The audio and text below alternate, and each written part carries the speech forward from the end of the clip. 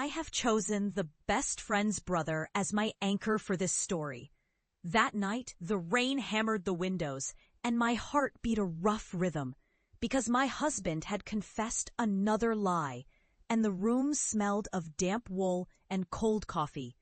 I was 37, a woman who wore her years like a quiet badge, steady on the surface even as a storm brewed inside. I taught art history to curious teenagers by day, and kept a small life of rituals that made sense to me by night. My best friend Lily was the sister I chose, and her brother Daniel, older and freshly divorced, moved with a gravity that filled any room he entered. We had drifted into a shared circle over the years, the kind of easy warmth you barely notice until it becomes a life raft. We never crossed lines, not really. Not when the air between us was always charged with a memory of summers and family dinners and the way his jaw tightened when he listened. Then came the invitation. A weekend at a lake house to clear the heads after the storm back home. A family retreat with 2 beds and a strict rule about not mixing families too far away from the public gaze. I said yes, because even after the betrayal, a breath can still taste like forgiveness if you hold your breath long enough. The drive there was long and the rain smeared the windshield, and in the quiet, I felt the spaces inside me widen, empty rooms that once held certainty now waiting for a new occupant. The cabin was small, pine-scented, and stubbornly warm, the kind of place where you hear the clock tick and feel your own heartbeat in your fingertips.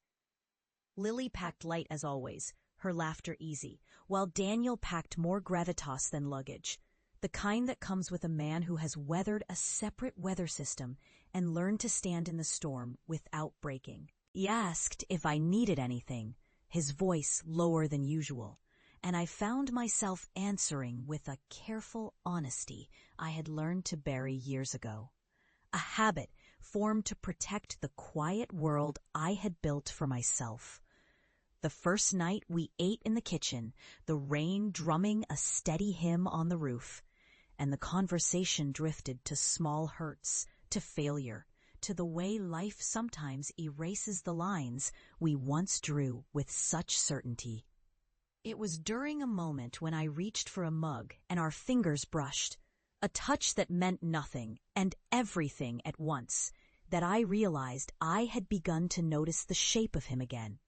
The way his shoulders looked when he leaned toward me to hear my words, the way his eyes softened when he listened with a kind of patience that reminded me of my father in old photos.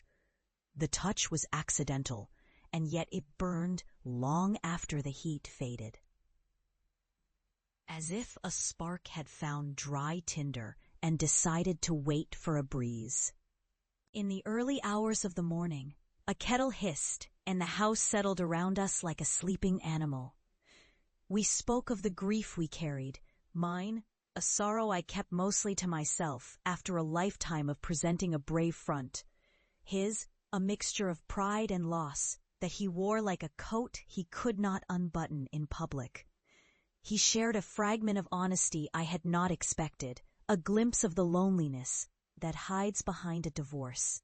The quiet economy of single life that sometimes feels heavier than a crowded room. It was there, in that shared silence, that the idea of crossing the line stopped being a rumor and became a possibility I could not simply shrug off. If this confession has you on the edge of your seat, hit like and share, because you will not believe what happens next.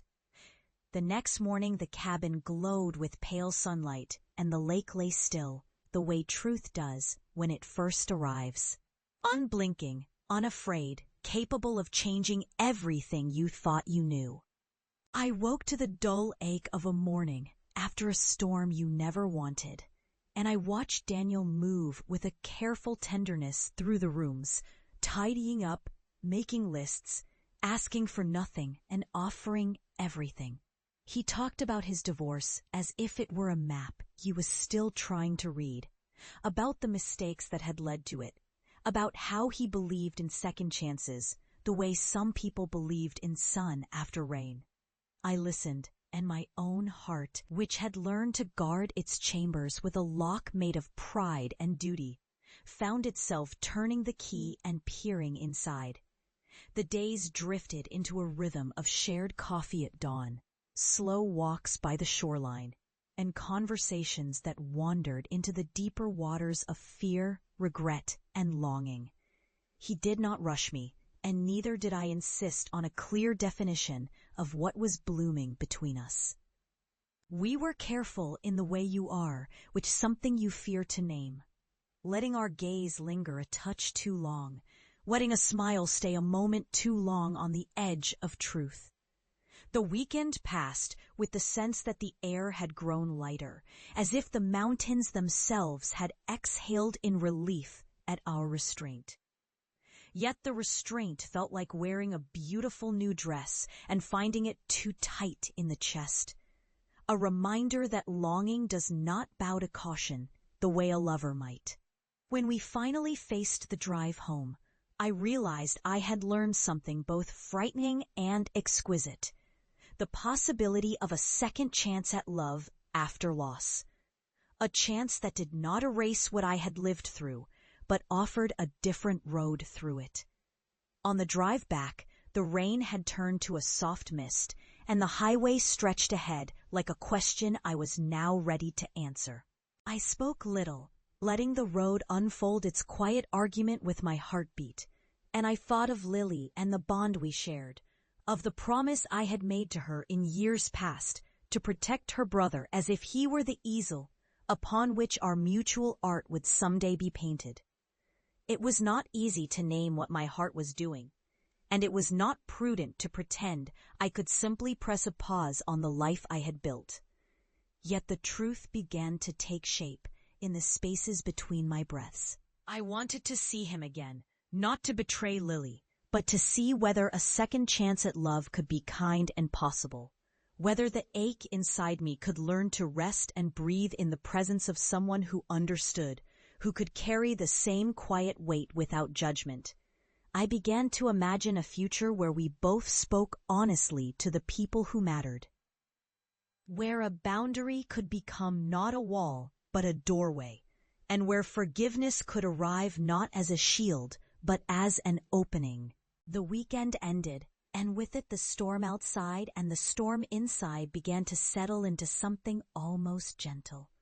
We returned to our known worlds with new maps drawn on our tongues, maps that whispered of risk and trust and the rare sweetness of choosing a different path.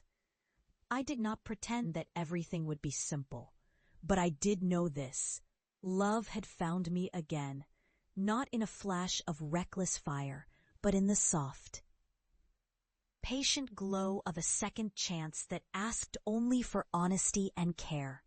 If you crave more raw, emotional confessions, please like, share, and subscribe. Your next chapter awaits. And so I step forward with a heart honest enough to admit, I am the woman who found her way back to a tenderness she thought she had left behind.